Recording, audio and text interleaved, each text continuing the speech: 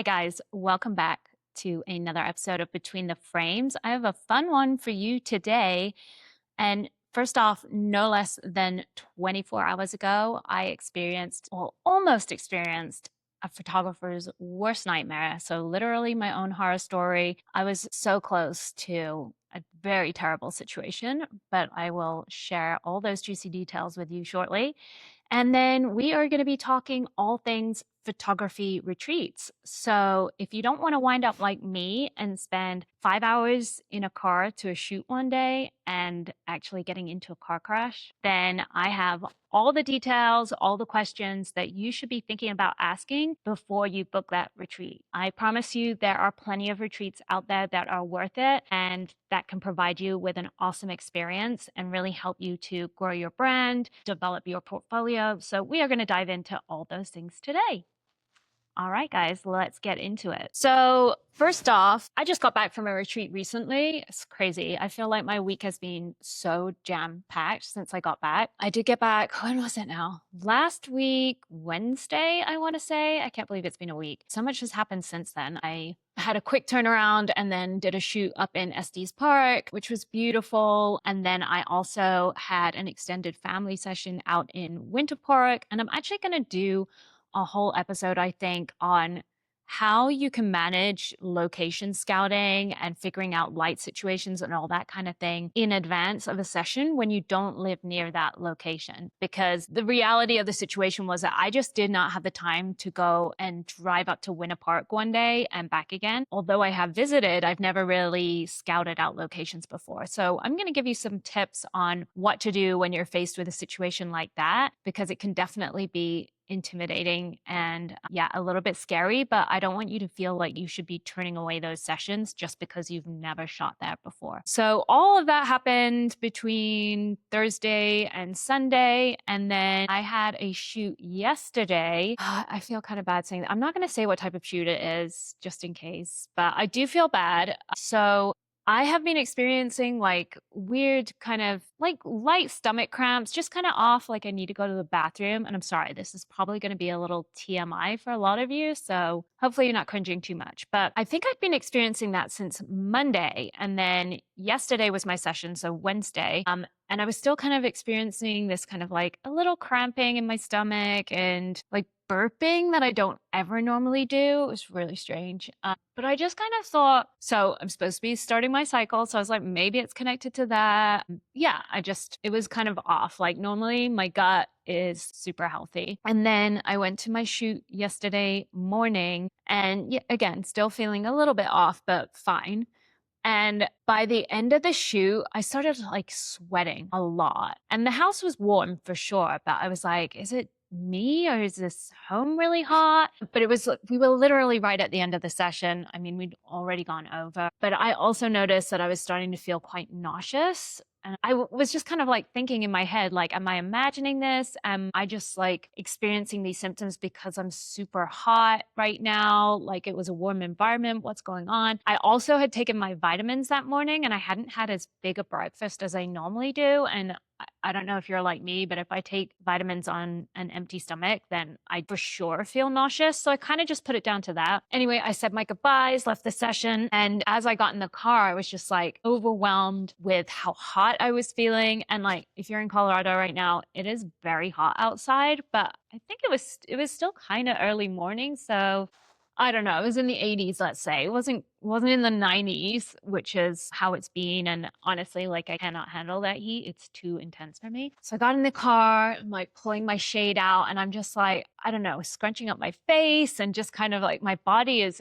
uncomfortable and the nausea is kind of building. So I'm like, okay, I don't know where my keys are, but I managed to open my car. I just throw all my bags in the back of my car and get my phone plugged in. And I'm just kind of like wincing, like just not feeling good. And I'm like, okay, it's a 40-minute drive home. Hopefully I'll be fine. Let's just go. Let's crank the AC. Let's have some water because I hadn't drunk any water whilst I was at the shoot as well. And so I start to drive home and I probably I don't know, maybe 15, maybe not even 15 minutes. I want to say like 10 minutes. And the nausea is just like building and building and building. And I'm like, I don't think I'm going to make it home. Like, I think I'm going to vomit everywhere. And sure enough, I see like a spot where I can pull off on the highway. And I'm just like, crank my wheel over, like indicate to get over, pull over and get out of my car, start retching, and then just like projectile vomit all on the side of the road. And it's like bright orange.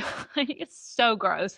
Probably partly because of my vitamins, but I also like I just hadn't really eaten anything like much that morning, so it was kind of like bile like as well. Sorry, this is super gross, I know. And like honestly, the vomit was making me even more nauseous because I hate vomit. Like it's so gross. Luckily, I had a towel in the car and it was pretty easy to grab, so I grabbed that first just to wipe my face because I was a mess. And then I also have tissues and wipes. Like I'm a mom. I always have these kinds of things in the car. So cleaned myself up, felt immediately better after that little episode and was like, okay, I can definitely make it home.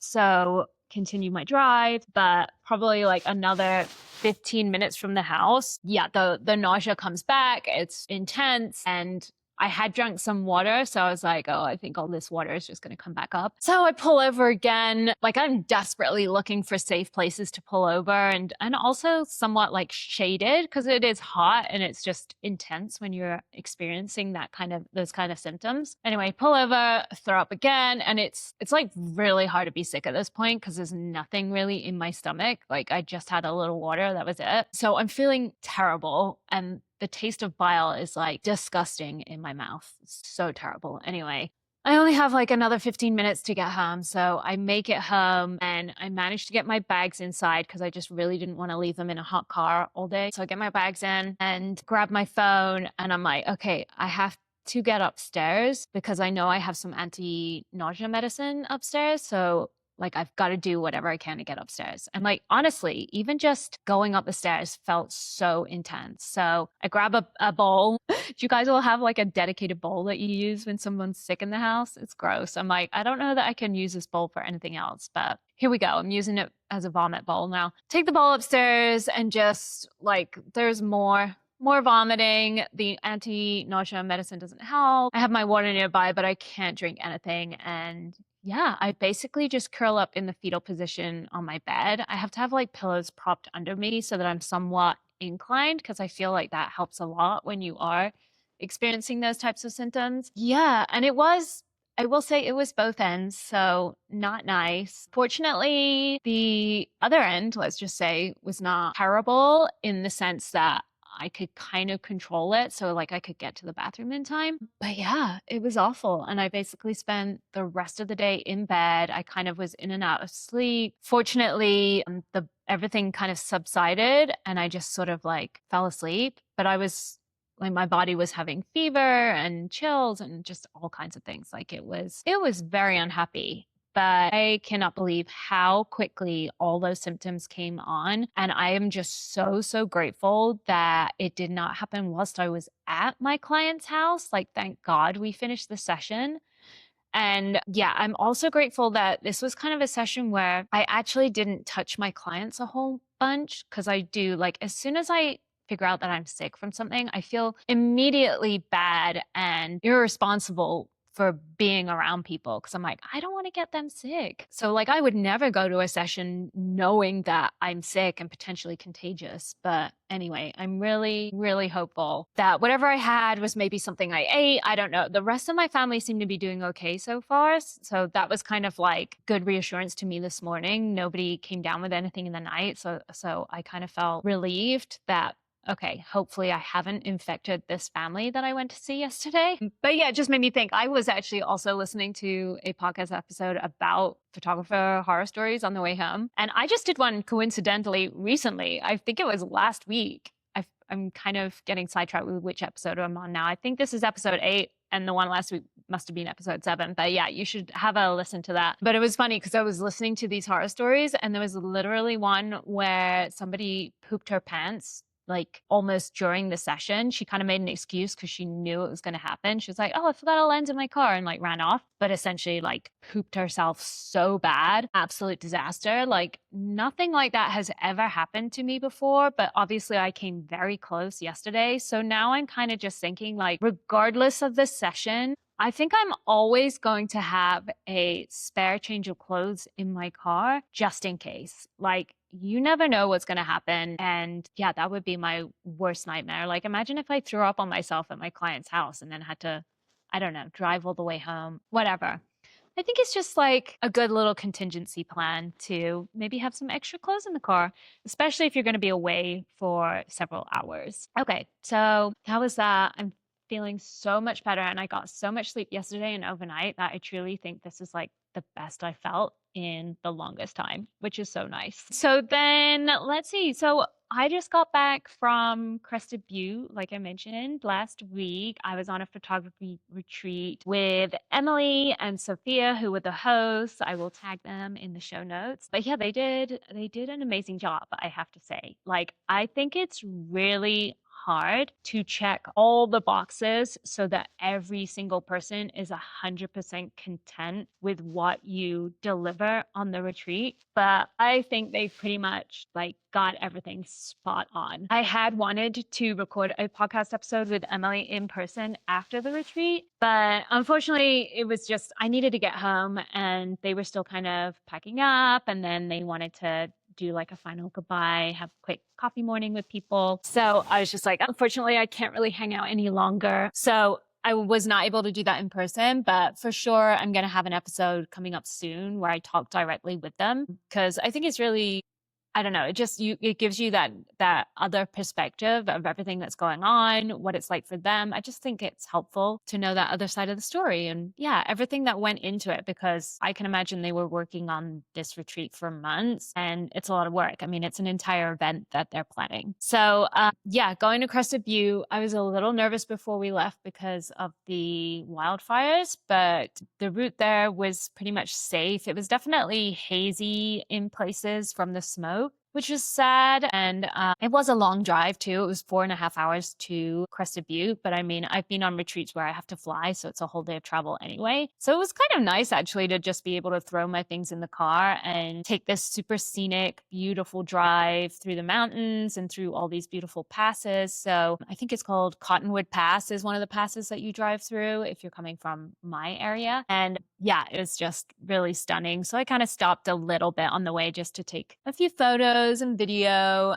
And then, yeah, when I arrived in Crested Butte, I was there about an hour early. So I just hung out in Main Street and got myself a coffee and walked around because I was so tired. Honestly, my kids, the whole sleeping situation needs to be evaluated. We actually did try to convince my daughter to sleep in her own room the other night, and she had such a meltdown about it that my husband just gave up and was like, fine, you can sleep in mom's room. And it was funny. I just said to him, so I guess our 5-year-old is running the house now. And it like legit, like, I mean, it's so hard not to back down when you're having to work with huge feelings like that. But she is just the type of person that does not stop. And like, she gets out of control. Like when she was a baby, and this is a total sidetrack, getting completely off track here, but when she was a baby, she would cry to the point of blacking out if I was not going to do bedtime or if I was not going to do bath time. Like, we're talking, was she even 1 year old? I think she was like 1 year old. Like, she would freak out so bad that she would stop breathing because she was crying so hard and would black out. So that just kind of explains to you a little bit about, yeah,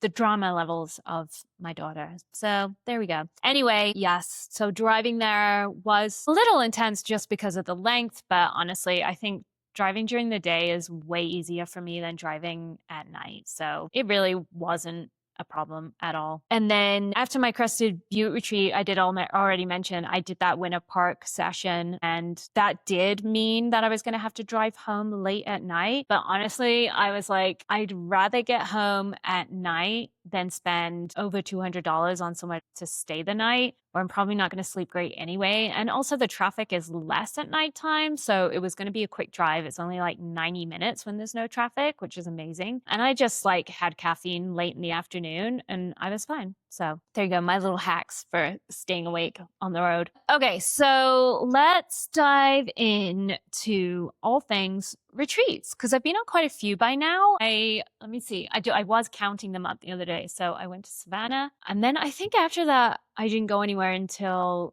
Oregon, I want to say. So then Oregon, Utah, and then Crested, Butte. I do have another retreat coming up in Breckenridge, and then I've done other like styled content days here and there. So I kind of have a lot of experience with the whole like content day setup and what it's like shooting in those big groups. And yeah, I just thought it would be a good time to provide my kind of take on this. So a lot of everything that I'm sharing today is obviously based on my experience and my personality. So just kind of take everything with that caveat in mind. So I think the first retreat that I went on, I felt pretty safe about doing it because I knew the organizers. One of the hosts was actually my doula and birth photographer, and kind of, I will actually say, like, probably one of the first people who inspired me to get back into photography, seeing how it was accessible to moms. And she just kind of, yeah, her artistry, her creativity just inspired me to like pick up the camera again. So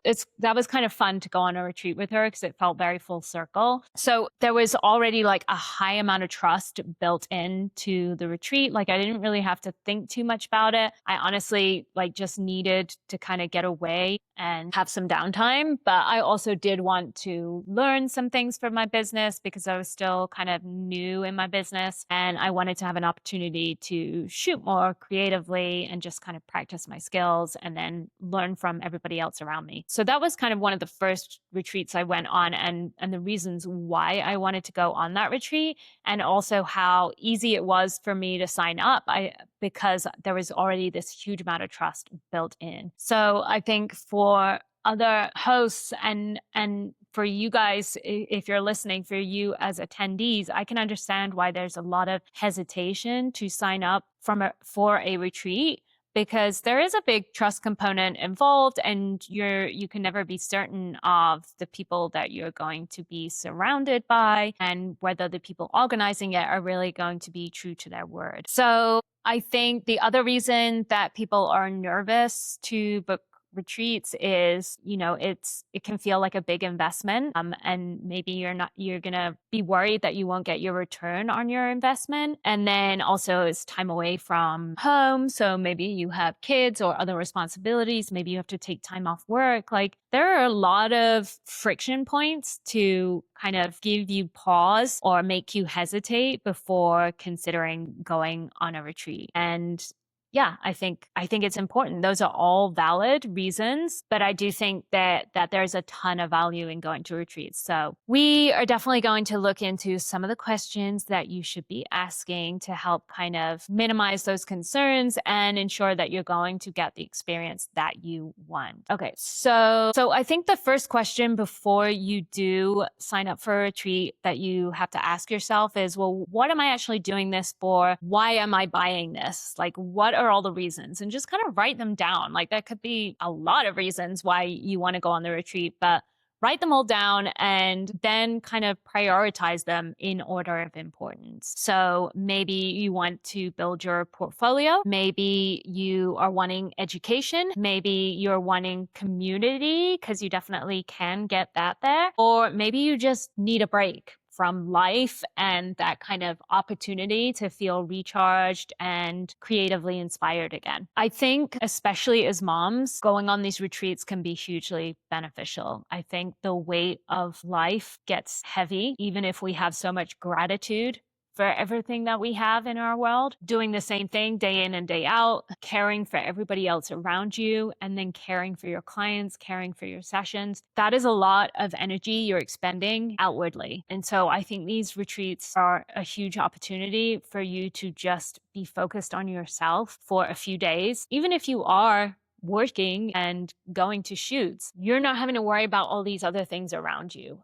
And I think that can just be so huge from a personal standpoint. I know I always feel just like a breath of fresh air when I'm away from home for a short amount of time. Yeah, I think I come back more focused, feeling more creative, and just feeling more gratitude as well. I think all of those things. So I do think us moms out there can benefit. I'm sorry, I keep messing with my overalls because my mic is pulling them down. Okay.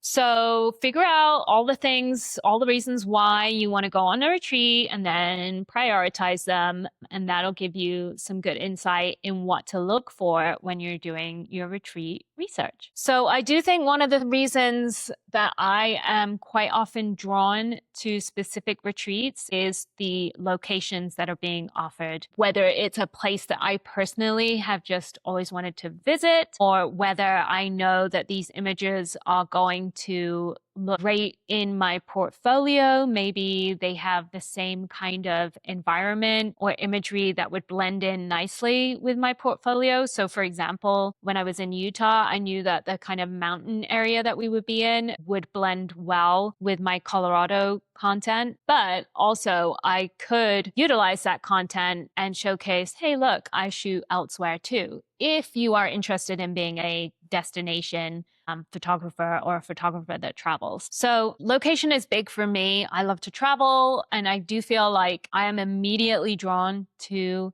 a specific retreat because of the location being offered. So that happened with Savannah. I have always wanted to go there. That happened with the Utah trip. I've always wanted to go to the Salt Flats. And then that happened with Crested Butte. I've lived in Colorado since 2019, never been to Crested Butte, never during the wildflower season. So I was like, yes, sign me up. Like, honestly, I'm not doing a lot of homework outside of that, but just so you know, like it's very easy for me to get overexcited. But that's why I'm doing this episode, because I think with all of my hindsight, there needs to be more research being done on my end. Like I shouldn't just be dazzled by the location and the accommodation and be like, okay, sign me up. So that's partly why I'm doing this episode, because I do think it's important for you to come away from your experience having enjoyed it, but also going into it with the right expectations too. All right, so that's location. We talked about destinations. So destinations are important. I think the Oregon one actually really spoke to me as well. It was somewhere I had wanted to go, but I thought, hey, this is cool. It was mostly elopements, and I want to establish myself as a destination elopement photographer. So I was like, cool, let's have some different imagery in my portfolio.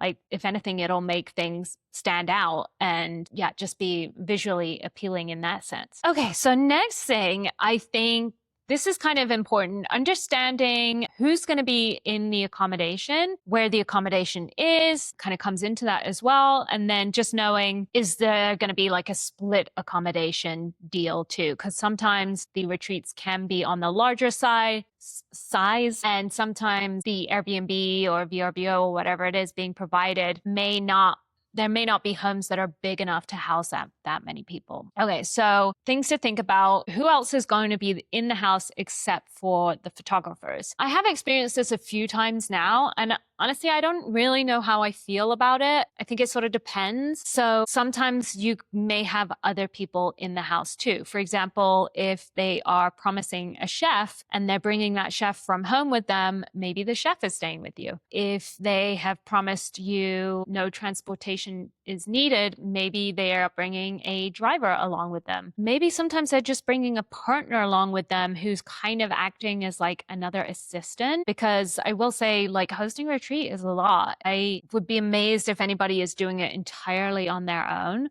So just kind of, if this is important to you, ask those questions. Who's going to be in the house? Who are all the other people? Because I think it impacts the dynamics, and it also impacts, well, is this house going to feel crazy full? So yeah, just something to be aware of. I think also, so I've been on a retreat where the models kind of show up just before the shoots, and I didn't really see them any other time. I will say that I was not staying in the main house for that retreat. But then I've also been on retreats where the models were coming in and having all their hair and makeup done, and then kind of like hanging out for hours. Like I'm sure you're aware, or maybe you're not aware, but hair and makeup can take a long time, especially if there's a lot of people. So they're just kind of like hanging out. So again, that just feels like a lot of people in your space. And I don't know if you're like me, but I guess I don't really come across as introverted anymore, but I am an introvert. Like I was a hardcore introvert when I was a child, but I feel like there is still that part of me that really needs to be protected. So if I'm feeling like I constantly having to introduce myself or talk to people, or feeling bad if I'm not engaging in conversation with these new people who are in the room, like that can feel hard. And then maybe you don't want to like seclude yourself to your room because it's comfier in the living space. I don't know. I think if you're like me at all, you just got to kind of think about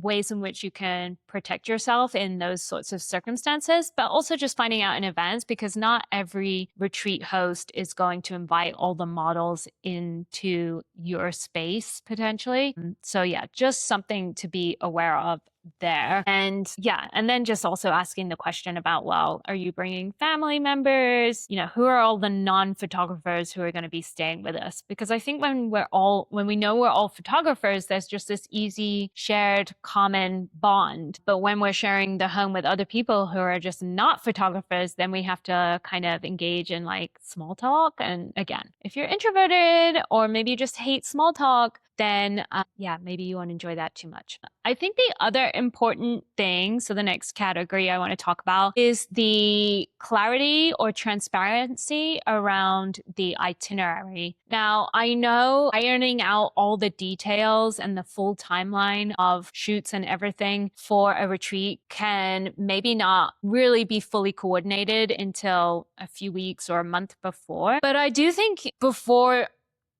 hosts are just like launching their retreat, they should have a good skeleton and a rough timeline that they're able to give you, and be able to say, look, here's my rough timeline right now. It's subject to change, but these are the places we're going to, and these are the hours we're going to be shooting, so that you can look at this retreat and go, okay, there's 2 sunrise retreats. If you don't want to go on a retreat where there's did I say retreat? 2 sunrise shoots. If you don't want to go on a retreat where there's 2 sunrise shoots, then maybe don't go on that retreat, okay? Because getting up early for those sessions is tough. Like if you want to get away to like relax and recharge, then maybe that's not the best retreat for you. I gotta shift. So yeah, looking at that itinerary, I think also if they've given you the Airbnb address, then looking at where the shoot locations are relative to the Airbnb address. And if they're not disclosing that information, I would message the host directly and just ask. Like, I've had a couple of instances now where the drive time from the Airbnb to the shoot locations has been well beyond the scope of what I imagined. Like, I'm going on a retreat to go to this location to shoot at this location. I don't know. I just have this expectation that I should be at the location or as close as possible. So why am I having to drive an hour and a half? Why am I having to drive 2.5 hours? Like, even if transportation is being provided, which it was for that 2.5 hour trip, it's 2.5 hours each way. So, and that was at golden hour. So we were not home until like almost midnight. Like, this is not how I want to enjoy my retreat. Yes, I want to shoot. And I know photographers are like, anything for the shot. But can we just be a little more reasonable with the length of time of driving from our Airbnbs to the actual shoot locations? Like, please, let's just figure this out, because that is too intense for me. And I'm sorry, I'm not a wedding photographer.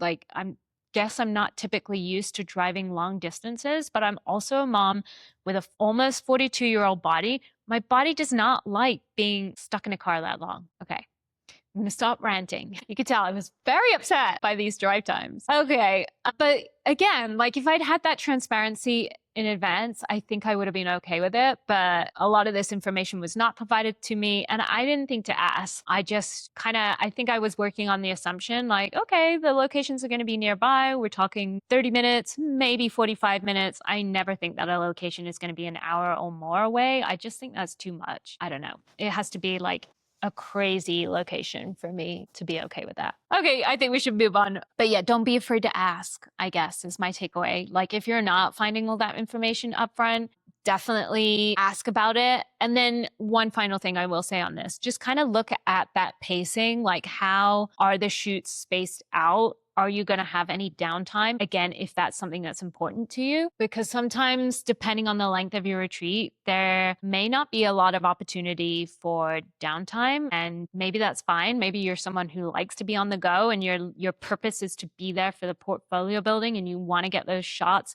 you want to get those shoots done and then go home or then go enjoy the travel portion of your trip. But yeah, it's just something to be aware of because you can wind up finishing your retreat feeling really exhausted. Okay, next is meals. I do think this is definitely an important one. I've been on, well, I think 3 of the 4 retreats I've been on have all been catered. So the meals were provided for us. 2 of them, is that right? Yeah, 2 of them we had chefs. One of them we had a chef cook one meal for us, and then the hosts were kind of responsible for the rest of the meals. And then we had like a whole fridge stocked with food and snacks so we could kind of help ourselves too. A lot of the time, some snacks are provided and you just kind of have to think, well, are they the types of snacks I like maybe grab some of your own. I did go on a retreat where only one meal was provided. It was the dinner on the welcome night, and that was it. So the rest of the time we had to kind of fend for ourselves. And it was a little tricky because we weren't really anywhere that had access to a lot of like regular grocery stores, I would say. And then also I think when you're on a retreat, when you're on a retreat, especially if you're there for a short amount of time, you don't really want to be buying a whole ton and then trying to meal prep or cook yourself. So I think, again, just having clarity around that.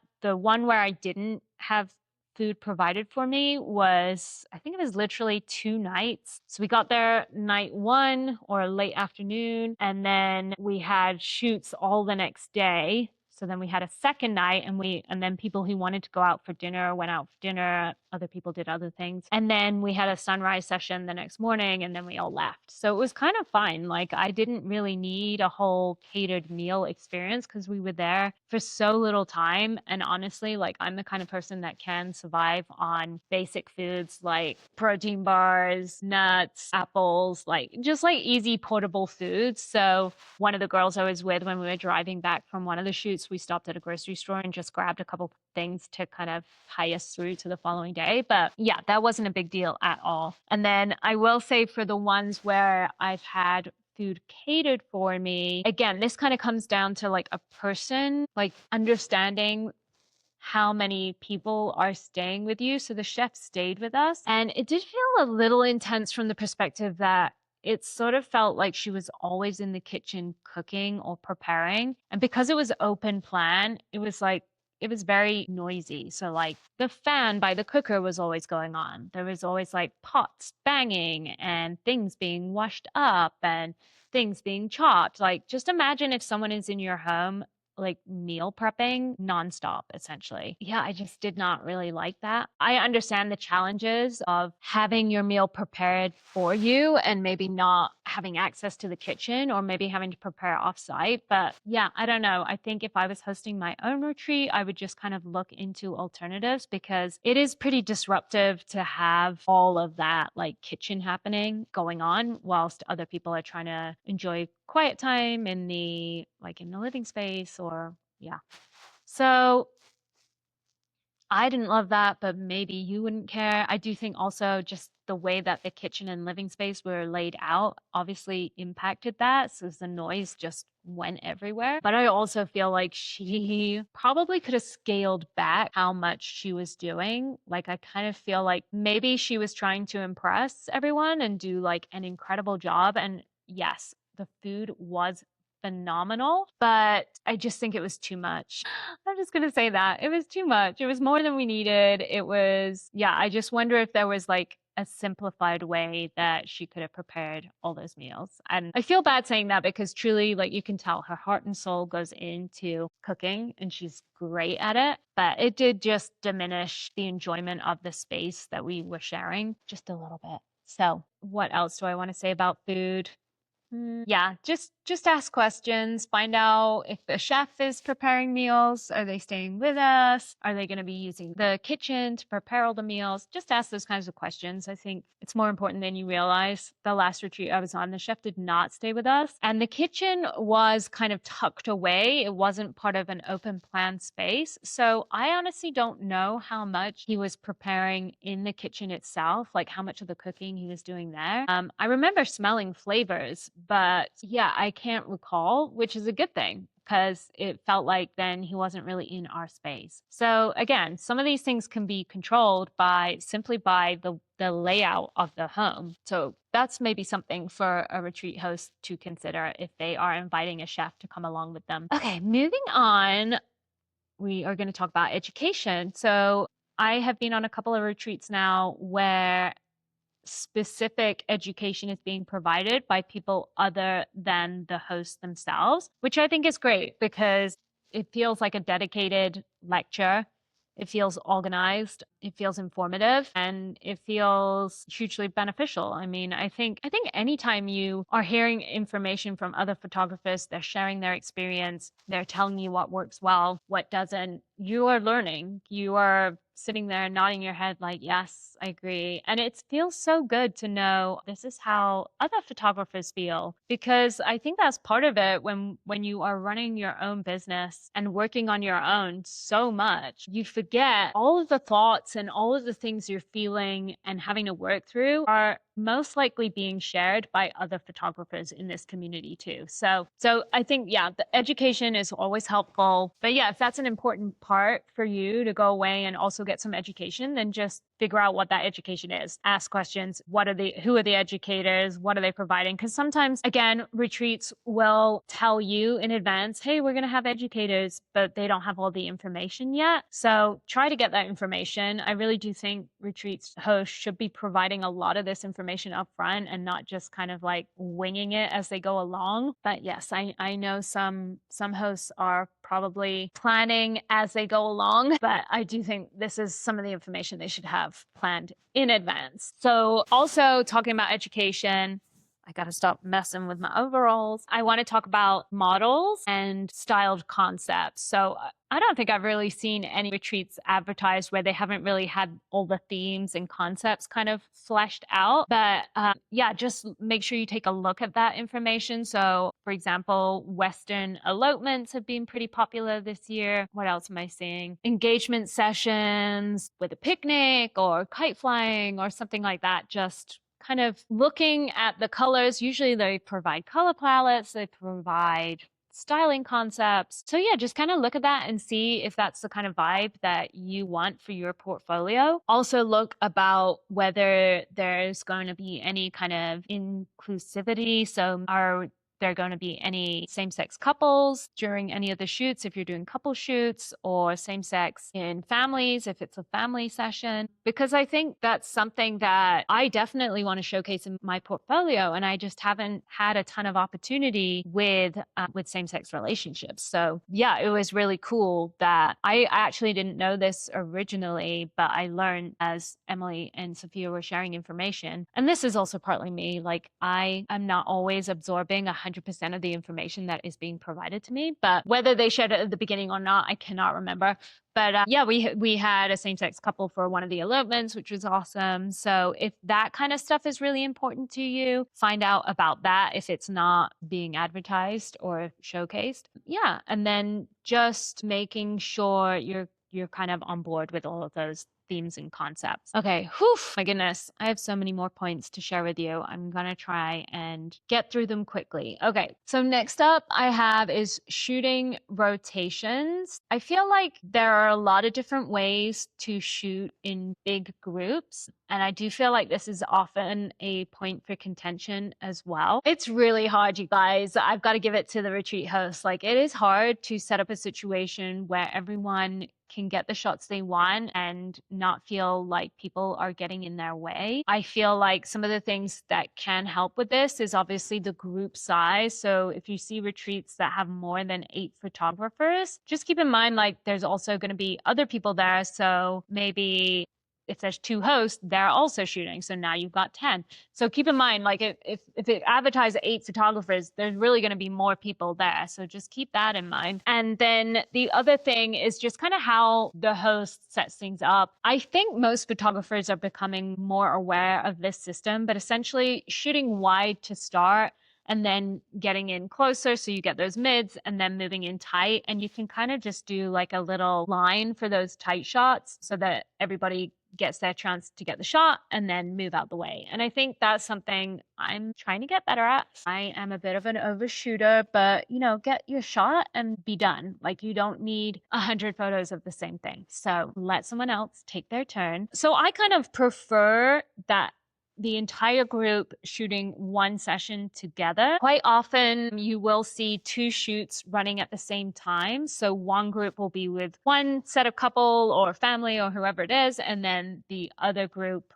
of photographers will be with the other session. I don't know. I'm sort of torn on this one because you're getting different lighting throughout the session. And I don't know, there's things that there's going to be some poses that some group gets and some that you miss out on. And I don't know, it just doesn't feel great. So personally, I feel it's best if you cannot split into 2 groups, or if you absolutely must because you're just wanting to provide that extra content. And maybe this is just like information for retreat hosts. Maybe make it at a time where light is not shifting significantly. So if you're doing a daytime session, cool. Can we do 2 daytime sessions at the same time? I don't know. Maybe that's an option. But if you're doing it at golden hour, it just feels like one group is going to miss out on the best light for one session and vice versa. Like it just feels, I don't like it. I don't love it.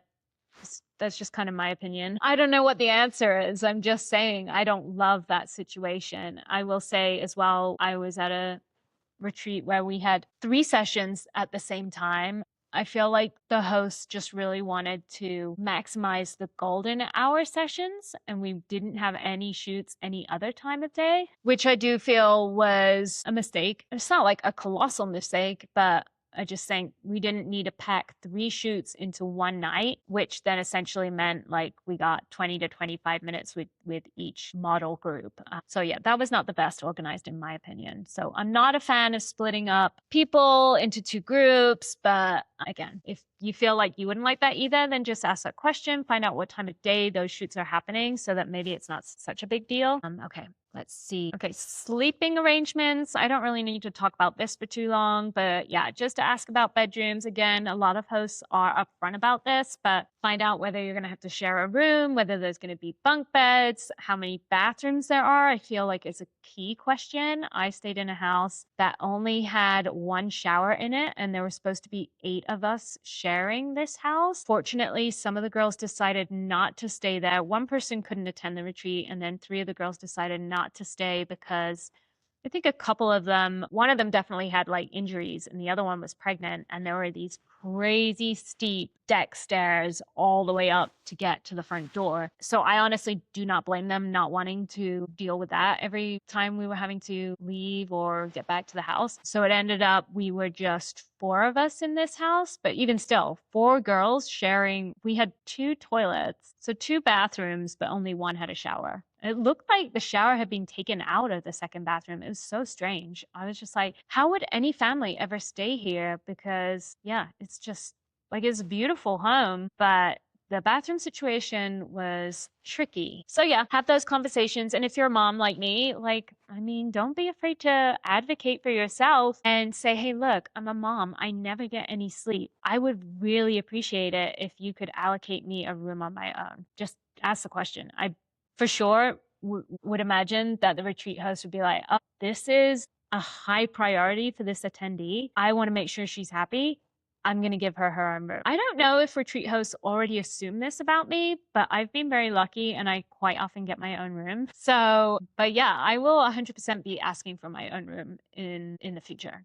I don't care. I'm done with feeling like I'm high maintenance. I'm not being high maintenance. I am taking care of myself and what I need, because that's part of why I signed up for a retreat. Okay. Having said that, I did go on a retreat where I shared a room with someone, and it was absolutely fine. We didn't have to share a bed, but we just shared a room, and she was great. Okay. So next is money. Okay. So how much are we seeing retreats being advertised for now? What is that pricing looking like? Well, honestly, from what I've seen and from the types of retreats I've gone on, there can be quite a big variation. So I would say most retreats where you're going to have multiple content days, so more than one day, you're looking at probably somewhere around $1,200 to $1,300 as like an entry point. Most likely you're not going to be getting any education in that. You may probably get one meal, but other meals are not going to be included. You're probably not really going to get your own like behind the scenes or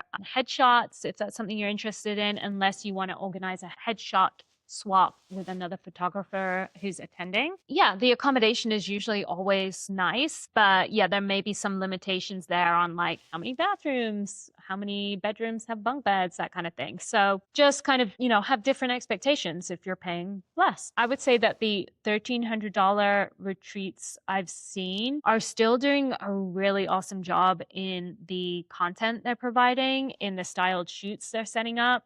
I don't think I've ever been disappointed with that. So that's a good thing if that's important to you, which I think it is definitely up there as one of the priorities for most of us as photographers. And then for those slightly more elevated retreats, you're probably going to see pricing around $3,500. You can probably expect guest educators. Meals are probably going to be provided. I would say sometimes the accommodation might be a little bit better as well. There may be some kind of group activity built into the retreat. It might be a slightly longer retreat. Yeah, so lots of extra things included. And then $5,000 or more are definitely going to be those luxury retreats, and also international retreats are going to be on the pricier side. Just kind of depends on the destination and what kinds of shoots are being included. So if you're seeing shoots that are taking place in, I don't know, just gorgeous, like historic buildings, then obviously there's going to be pricing built into that. So that's probably why you're seeing slightly higher price point there. Probably the accommodation too is going to be more expensive in those locations. So there really is a price tag for all kinds of retreats, something for everyone. And I do think the price tag is going to reflect what's included, where you're going. Just kind of keep your eyes out for all of the things that I already mentioned. One thing that is rarely included in retreats is travel. So usually your airfare or however it is that you're going to arrive at the location is rarely included. And then actually the one where I went on where they did include transportation, I think the main reason they did that was because we were having to drive so far. So that 2.5 hour trip that we had. So whilst it was nice that they included the transportation, I will say, I don't know if they factored this in, but that's quite a huge liability risk on their part. And we did actually get into a car accident. Did I mention that already or not? Yeah. This is a retreat horror story for the hosts. I did feel terrible for them because obviously accidents happen. And it was not the driver's fault. It was the person in front of us. But I will say, I think scheduling a 2.5 hour drive was not ideal. I've already talked about that, so I'm not gonna hammer on about it. Okay, so yeah, transportation is rarely included. So just keep that in mind, especially if you're gonna have to rent a car as well. Just keep that in mind. Okay, we're coming to a close, don't you worry. All right, so I think what some of the best hosts do is include a questionnaire for their attendees. I think if I'm a host, and honestly, like hosting retreats is something I definitely am already thinking about. I'm already jotting down all the locations that I want to take people to, the seasons, like everything. My mind is kind of percolating with ideas because of all of these retreat experiences I've had. But I think it's really great practice if you receive a questionnaire from your host, because I think that as a host, that's going to set you up for success. You're learning more about your attendee, and it's really similar to us as photographers when we send our clients a questionnaire. We're going to learn information about them. We're going to let them feel immediately connected and a little less intimidated by the whole experience. So I think if you're a retreat host listening, then send your attendees a questionnaire. Even if you can't satisfy everything that's on that questionnaire, you're going to learn some information about them. And maybe you can pick one thing that you can then really try to like include in your retreat. So I don't know, maybe that person shares how important it is to them that they get like a fresh cup of coffee every morning. I don't know. So let's make sure that maybe on their bed when they arrive, there's a bag of coffee ready for them so that they can use whilst they're on the retreat. Or maybe they confide that they are a major chocoholic. So again, you're going to make sure that you're including chocolate as a snack for later in the day, whenever it is that they get that little desire to have their chocolate. So just little things like that can make such a big difference, I think, from the perspective of your attendees, how they feel, and their overall enjoyment and experience on the retreat. I think it's also just going to help you to identify the types of personalities that you're bringing on your retreat with you, because not everyone's going to be introvert, not everyone's going to be extrovert. So just kind of being able to identify those things and then setting up your timeline, maybe adjusting your timeline to ensure that those people are really getting what they need. Maybe adjusting the sleeping arrangements as well, again, just to make sure everyone's getting what they need. Yeah, so it doesn't take long, but questionnaire is super helpful. And then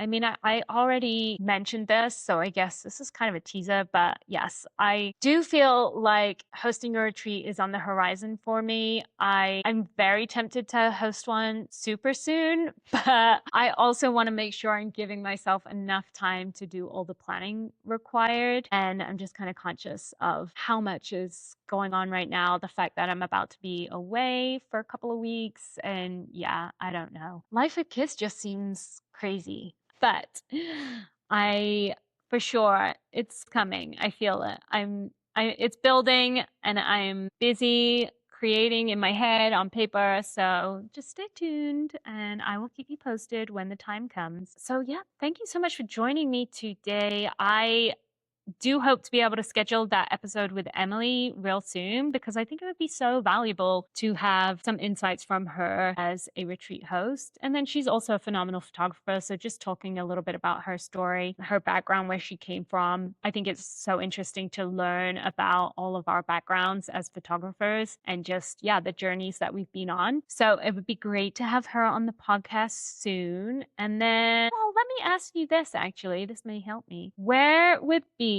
your dream location for a photography retreat? Tell me. And then also, I'm curious, what time of year as well? Because I feel like picking the season is so hard. For example, I'm really kind of dreaming of like a fall session in somewhere like Aspen or Crested Butte, like over that way, and kind of taking advantage of the incredible aspens they have out there and just getting all of those colors. But that feels a little daunting just because it's on the cusp of busy season for everybody. It's also very soon. But yeah, that's one that keeps like coming up in my mind. I absolutely loved my time in Crested Butte. I would love to go back out that way. And of course, Aspen too.